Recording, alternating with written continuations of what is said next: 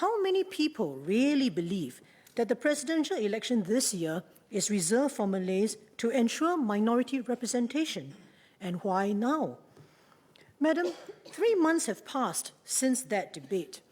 I have been reflecting on the decision to use President Wee as a reference point.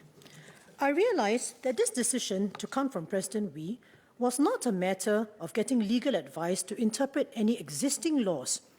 If one looks at this bill and the schedule, the government is asking Parliament to simply make it the law that President Wee is the first one to be counted. Why not count from the first elected president, Mr. Ong Teng Cheong? Is it because if President Ong was the first one to be counted, we would have to go through this year's elections as an open election and risk a contest by Chinese or Indian candidates who may not be to the government's liking? Isn't the decision to count from President Wee an arbitrary and deliberate decision of the government to achieve a desired outcome? Ms. Lim suggested that there might be something controversial or confidential that the government was unwilling to publish. I'm a bit bewildered by this. I was trying to clarify, are you suggesting that the AG did not give the government the appropriate advice? Or B, that the Prime Minister has not been truthful with the AG's advice?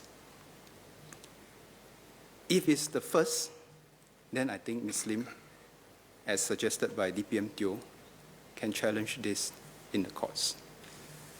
But if it's the second, then I'm afraid it's a very serious issue to cast aspersions on the integrity of our Prime Minister. Ms. Lim, you are a lawyer.